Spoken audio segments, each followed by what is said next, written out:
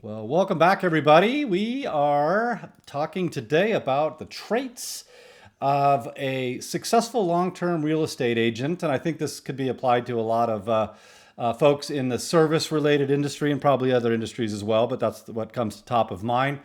We're going to first define what it is to be successful, specifically in a long term career within real estate and the different traits, not necessarily in order. I tried to put them somewhat what I think is the order, but we're going to talk to Dr. Hall, kind of what his thoughts are on the matter and get his thoughts throughout the conversation. But we're going to cover a lot of ground very quickly because today we have a hard stop, which is probably good for us because we tend to go over a lot. But with that, I'll bring in Dr. Hall.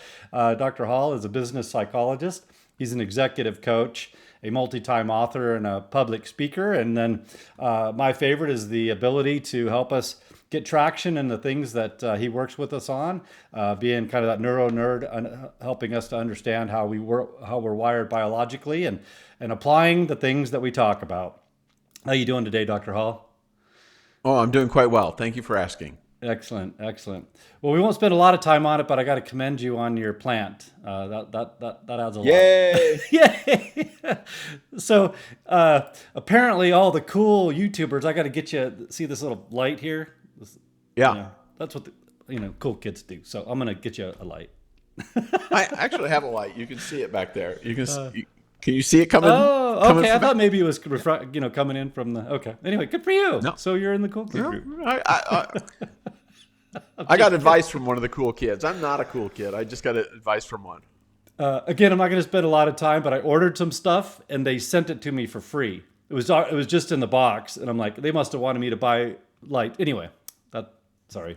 Well, now you got some more cool kid stuff. That's right. That's right. All right. Well, with that, let's talk about just do the housekeeping items real quick.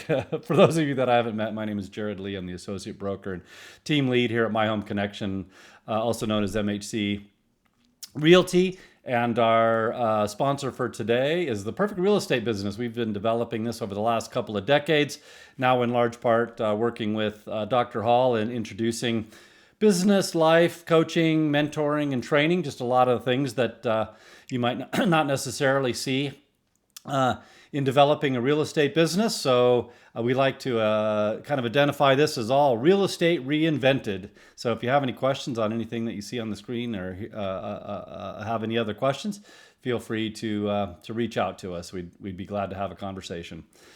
So with that, I guess I kind of just quickly developed today's topic and want to go through it and kind of get your thoughts kind of, from an outsider, not being a real estate agent, but, Right. if you see this jiving with, I know others that either are licensed or have been licensed. So you have very, should I say intimate knowledge of our industry? Well, I've worked with a number of real estate companies, and I know a good many people who are or have been realtors. So I probably have well-formed amateur opinions about it. Gotcha. Yeah, not just a super outsider, but you've seen it up close and personal. Yeah, I've seen a little bit up close. Yeah. Some of you'd probably prefer to unsee, but hopefully the majority of it. Anyway, well, let's chat a little bit about what I believe is. Well, actually, okay. So on the original slide, I put what is successful, right? What's the meaning of success? And I'll just state, whenever we're coaching and mentoring agents, our objective is to have a long-term, solid foundational business where we're not making any outbound calls to generate business.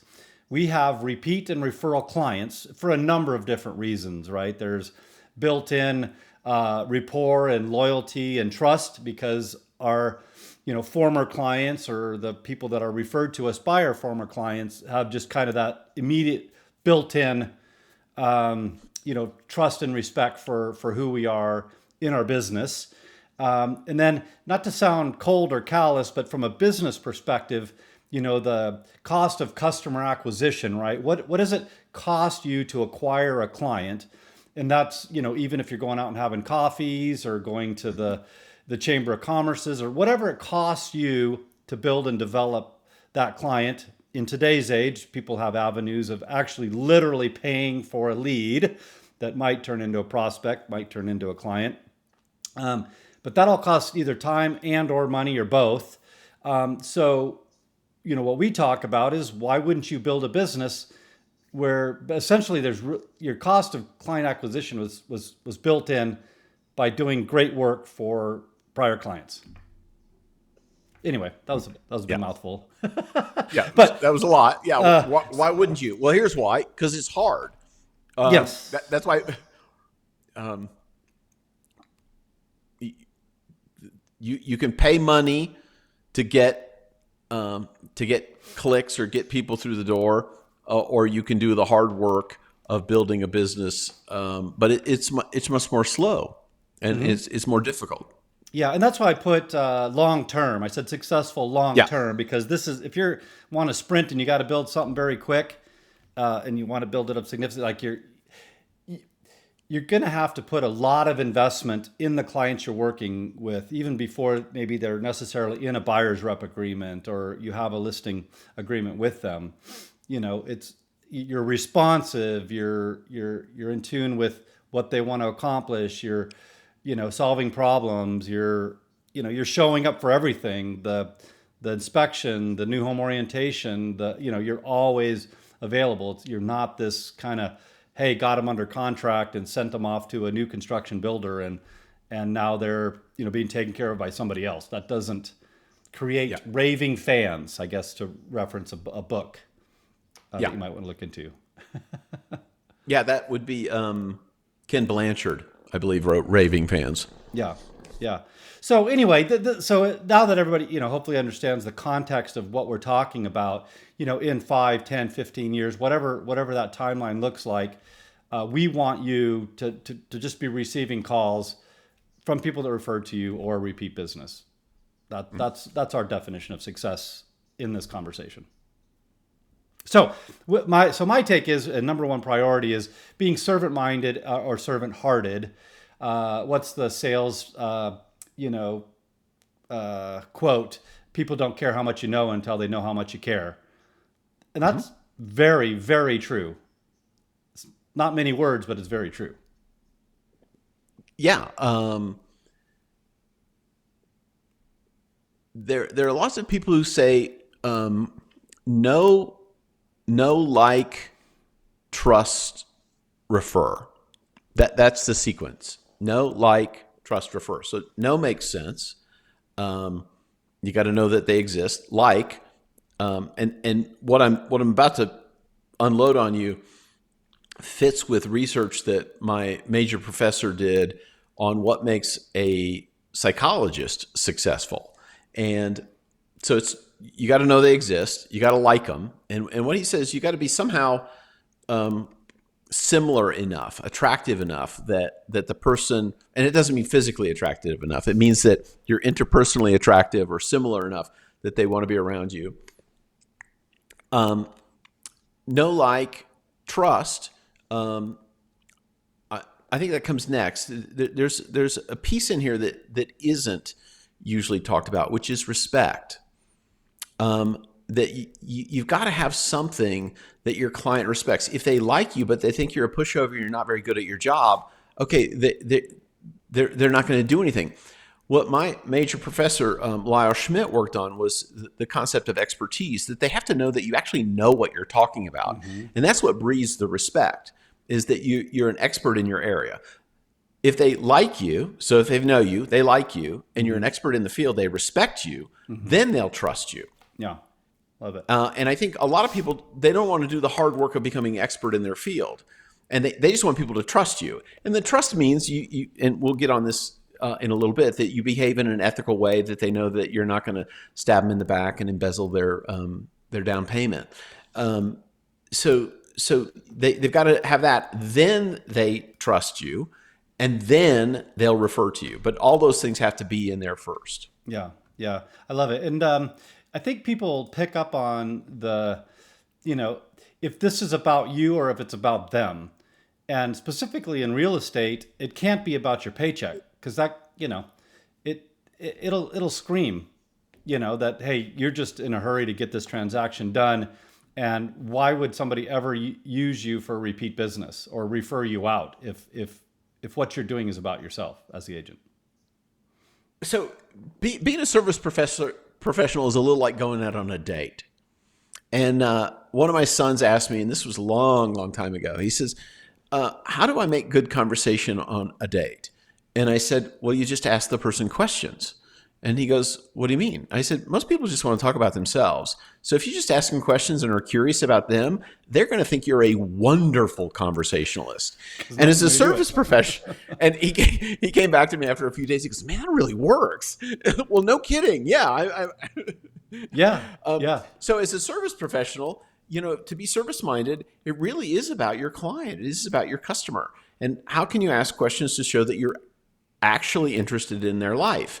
And you have to be sincere about it. And to quote Groucho Marx, who's one of my favorite philosophers, sincerity is the key. If you can fake that, you got it made. That's a joke. Yeah, I love it. I mean, you have to really care about people because people can pick that up. They know when you're weaselly. They know when you're kind of a snake. And so they don't want to be around you then. Yeah. Oh man, I had a couple thoughts. I hate when I do that, and they both kind of went off in another direction. But yeah, I think it's just important to be genuine and sincere in your effort to meet their objectives, their goals, and there's so many reasons why you got to set aside what you want out of this. You want this to go quickly. You want to get a paycheck. You want to, and that's short-term minded, I believe. Yeah. I've worked with a lot of very successful people. And in almost every case, the money is always an afterthought. Mm-hmm. And they just love the work. And if you just love the content of your work, the money will come. Yeah. If you're in a business that's likely to make money. I mean, if you're going to be a social worker, you're probably never going to be rich. But in real estate, there is an opportunity to be very successful. So if you just love the work and you are really focused on the well-being of your clients, then yeah, money will come. Now, it depends on the kind of clients you click with. Right. I mean, some clients click with people who are first-time buyers, starter homes, and you'll make money there, but you're going to not make as much money as if you're dealing with luxury homes. Right. So you've just got to find out what's the niche of people that I work best with. Yeah.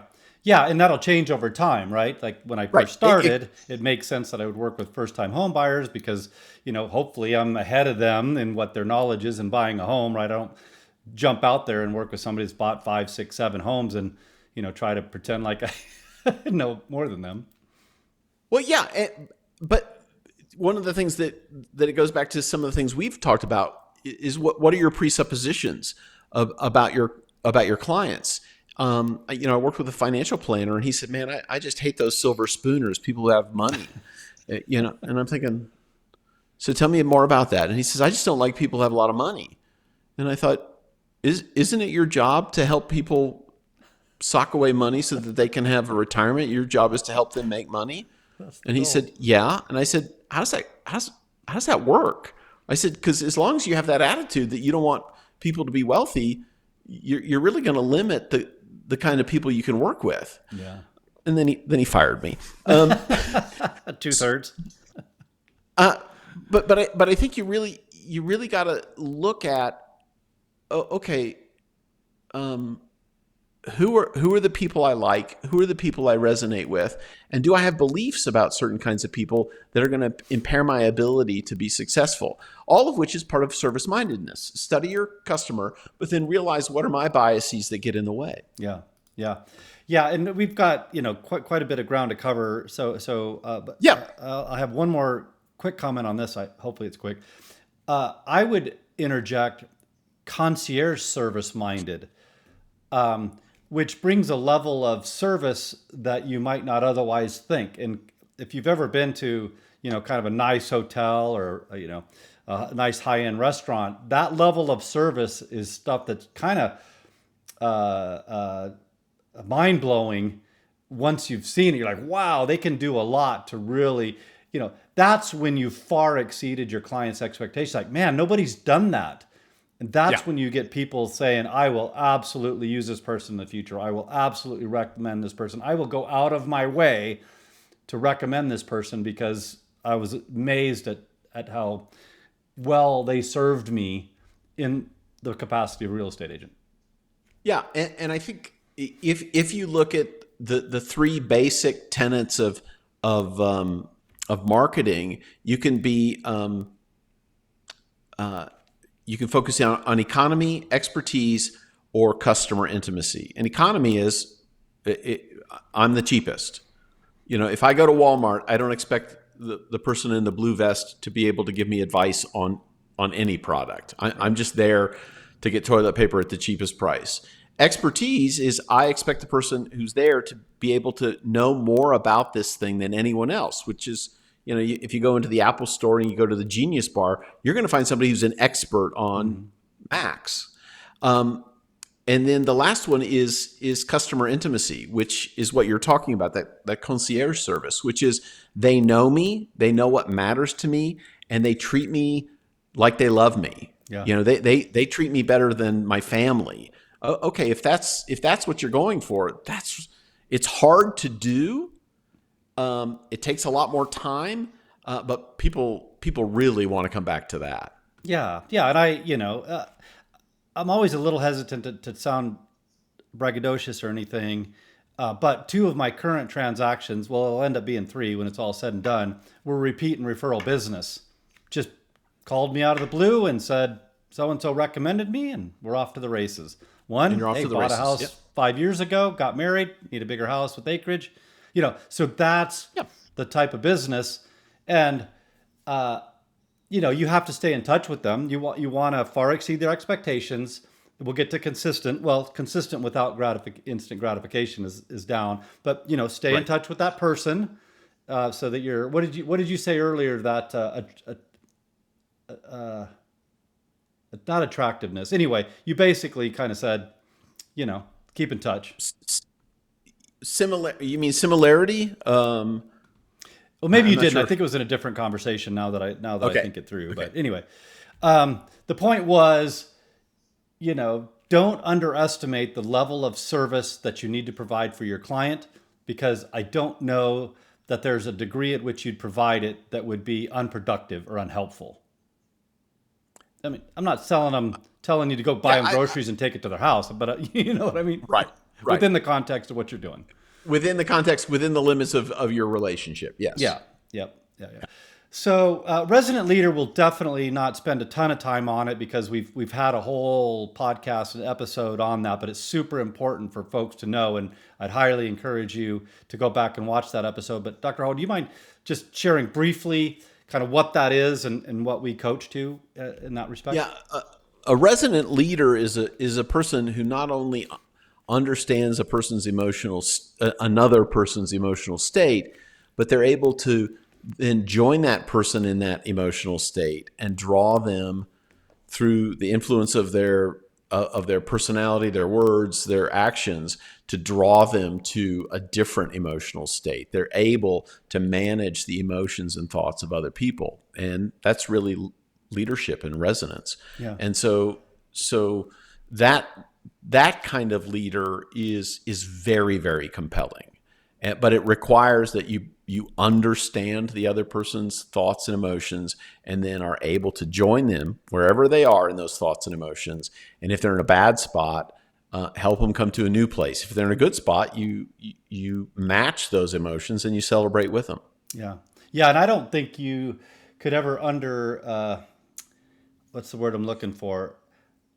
I don't think there's a degree at which being good at that would be unhelpful. What I mean by that is, I can't think of a better comparison, but I almost feel like a mind reader sometimes. Once you become a really good resident leader and you can anticipate even before the client gets there that could potentially have this anxiety, this frustration, this annoyance, and you see it coming, like, I was ready for it. And remember Right. I said something back earlier on, because I knew this was coming. I've been, anticipatory Well, of this. yeah, Like, whoa, you're reading my mind. Like, no, just, yeah, and at that point, it seems like mind reading, but it's not that you're a mind reader. It's just you've done it so many times, you know what's coming, yeah, and I there are appreciate it. predictable patterns. Yeah, Yeah, they're like, wow, this guy's got it under, this gal's got it under control. right, Saw it right. coming, pointed it out that no transaction is ever really perfect. There will be a bump, and we don't know the degree And in which it's a bump, but we'll course correct and we'll figure it out. yep, So yep. anyway, highly recommend watching that prior episode, because I think that's super valuable. And then the other thing I see is, especially in our culture, is this need for instant gratification, right? We here at My Home Connection, we talk about, here's all the ways that you can build a real estate business, and there's a lot, right? Door knocking, open houses, calling FSBOs, for sale by owners, and I mean, just on and on and on. But we see this kind of, I'm going to go do this, and in very short order, they've jumped on to the next thing. And then, that's not working, so they jump onto the next thing. So what we coach to is, figure out what is in line with what you're passionate about, excited about, kind of how you're wired, and then just do it. Like, got to give it a minimum, typically around the 6-month period, without even necessarily, I mean, you want to see some levels of success, like, Yeah, some forward progress, right? yeah, yeah. But what's your thoughts on kind of people's lack of consistency in what they do? Um, you don't have to be the best. You just have to be predictable. And so people hate things that they can't predict. So if the U.S. mail says, I'll get it there in 7 days, then I know, okay, it'll get there in 7 days. It may not be the fastest, but I know it'll get there in 7 days. Yeah. But if another carrier tells me, we'll get it there in 2 days, but it takes 4 days, who am I most displeased with? Well, I'm the one who is not consistent. Some days they get it there. Sometimes they get it there on time. Sometimes they get it ahead of time. Sometimes it's delayed. Doesn't matter.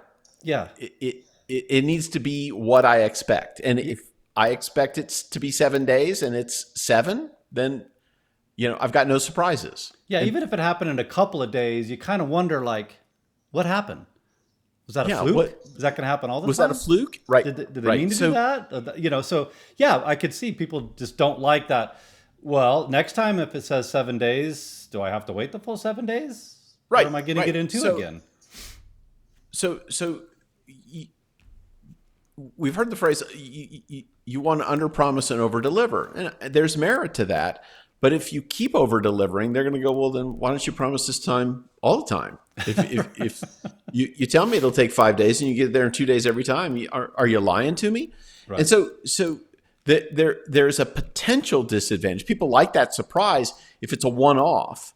But if they're consistently working with you, at some point, they'll become accustomed to, okay, I get it in 2 days. Okay. Yeah. So why are you lying to me? Yeah.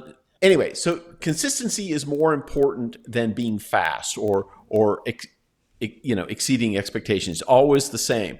And instant gratification is just a human thing. It's not our culture and it's not our time. It's a human thing. It's all times, all cultures. Yeah. It's part of the human condition. Yeah, I was more thinking about things like what you do. Just do it. Be disciplined with it.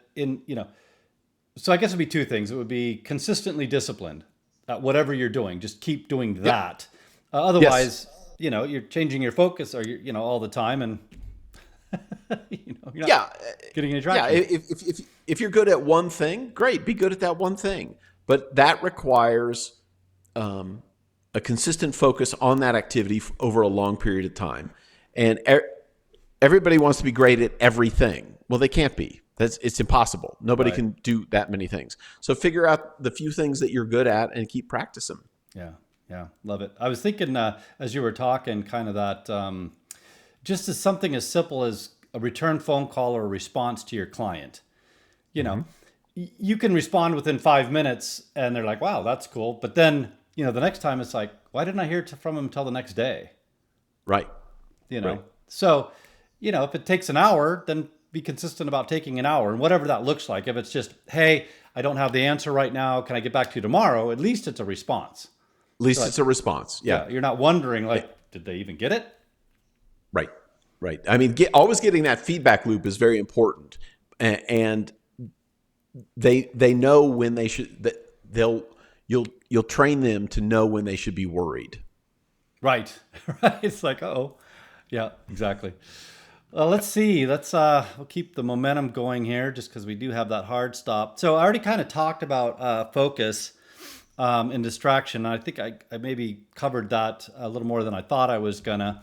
I was more thinking about the first item as being consistent in what you do until you see Right. that traction. Obviously, do Right. something that you feel highly confident that's going to work, or you've seen success before.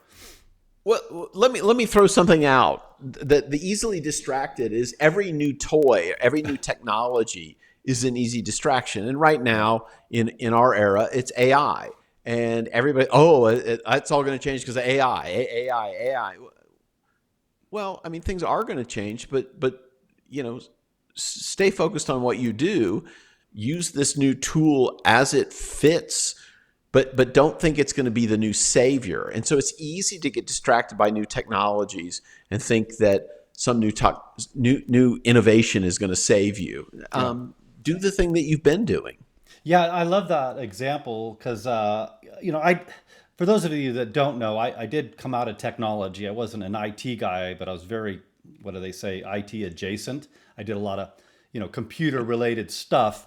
So I came out of that space, but I've always, well, I shouldn't say always, but I've grown a great appreciation for, yes, I want to be high tech because there's things that technology does, but I want to be more high touch. In this industry, it is a relationship Right. business, and I don't care what comes along. There's nothing that's going to replace the relationship. And back to what we originally talked about, being long-term, successful, repeat and referral business. If you're not talking to them face to face or on a phone call, and now you're starting to do things over text all the time or email all the time, that is not. There's nothing you can do with those mediums to wow them. In my experience, you know what I mean. It's not. It's not a replacement. I, I'm not anti-email. I'm not anti-text, but I Same. am.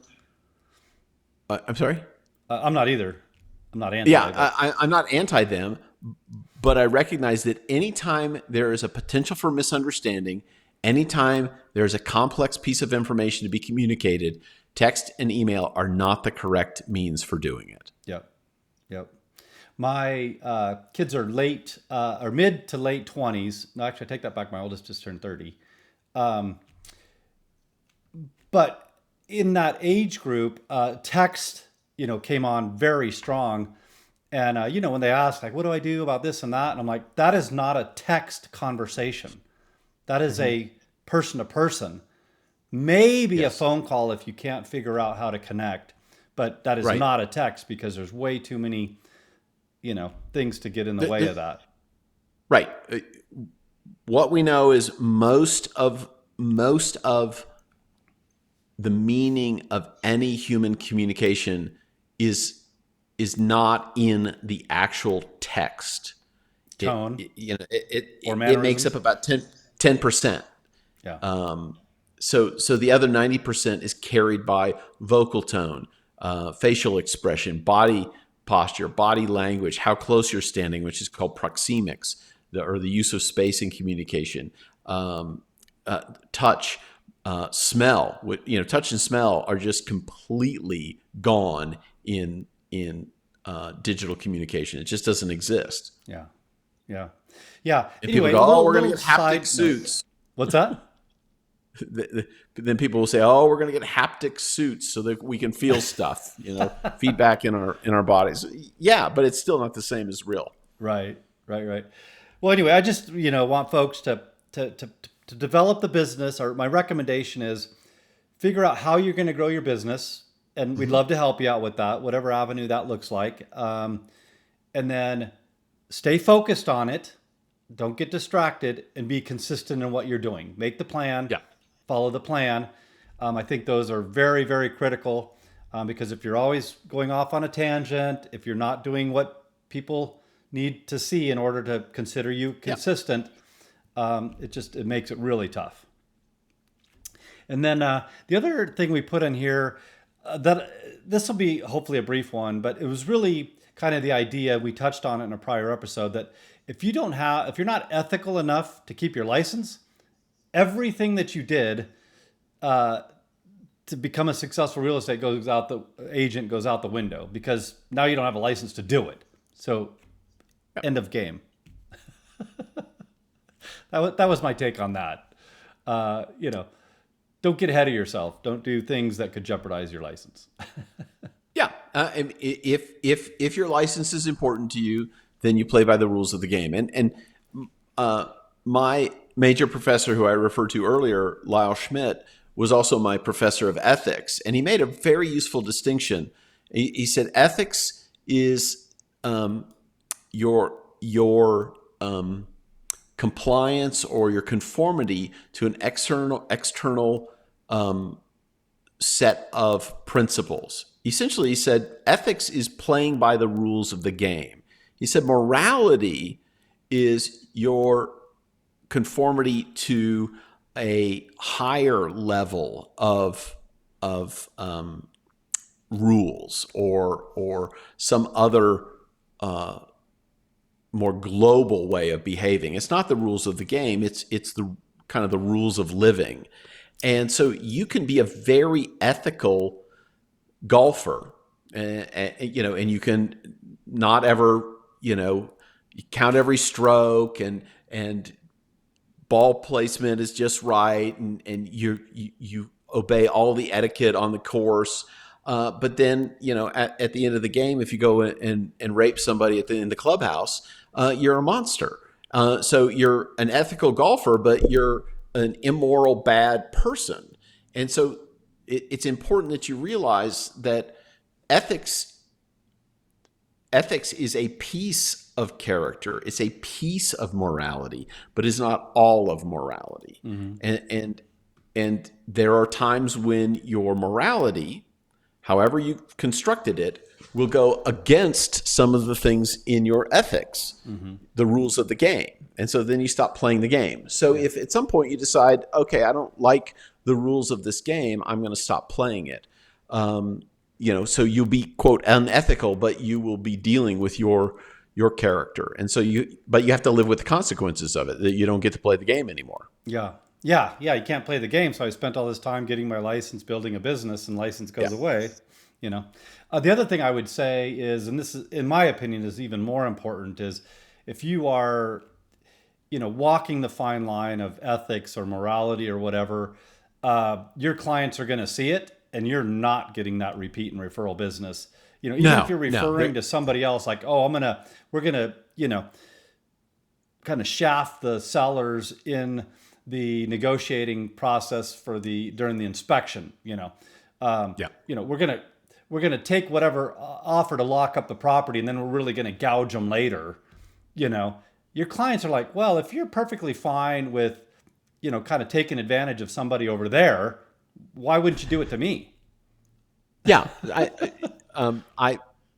I've heard this phrase, and I think it's not my phrase. I'm using it. Somebody else taught it to me, which is how you do one thing is how you do everything. Yep. It's such a wonderful way of saying it, that if you're going to be unethical, or you're going to be a lying sack of scum in another area, that's how you're going to do this too. Yeah. I find it interesting, the guys are like, I just go to the bars and I meet people, and then they're going to buy and sell houses. But, when they're at the bar, they're doing whatever. And it's like, anyway, I don't know. I shouldn't project that stuff on other people, but it just seems like an interesting way to generate business.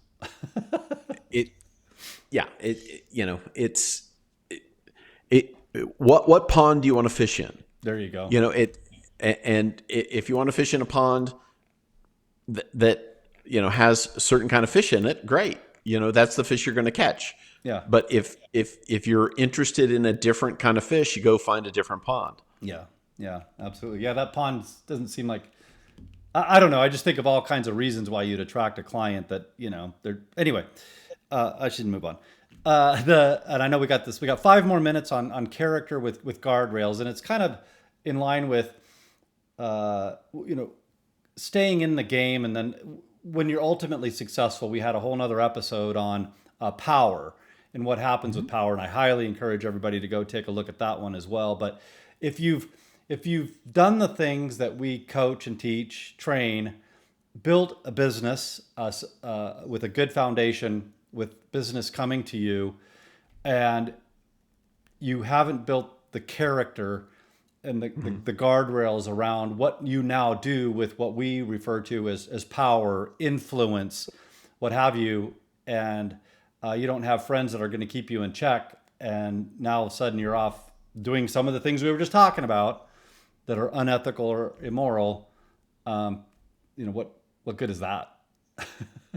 Right. Character really is embodying a level of self-control, a fairly significant body of self-control. If you don't have self-control, what do you got? My experience is that all successful people are first and foremost self-disciplined. They're self-controlled, and if you don't have that, you don't have anything. Yeah. Yeah. So character is telling yourself no when you'd rather say yes, and developing both the internal and the external guardrails so that you don't go screaming off the side of the road over the cliff. Yeah. Yeah.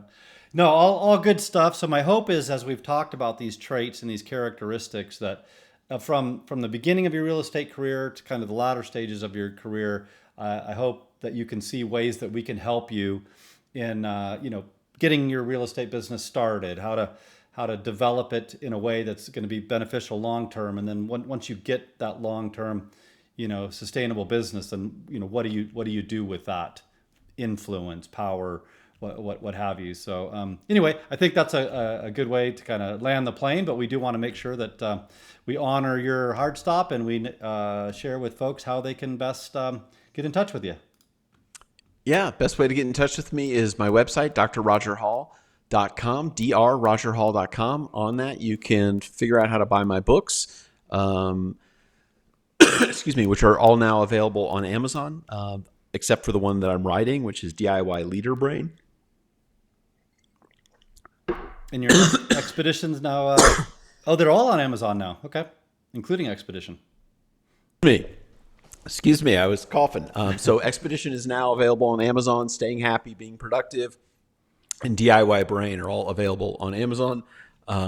You can also get DIY Brain and Staying Happy on Audible. And if you have a premium member of Spotify, they're already included in your subscription. I have one online course called Freak Out. And if you take that quiz, it'll take you in to learn how you can take the course. And then forthcoming is the Expedition course. We have a video version that you and I made together, Jerod, and that will be available shortly. Excellent. All right. Well, thanks again. I think 2 minutes. We did good on our timing today, right? Maybe we should do a self-imposed hard stops from here on out so we can keep moving down the agenda. Well, I'm grateful that you invited me, and I'm sorry I had to jump off right at the top of the hour. No problem. We covered a lot of territory, folks. If they've got questions, they can reach out to us, and we can cover some ground there too. Other than that, we wish everybody a blessed one. Thanks, everybody. Thank you.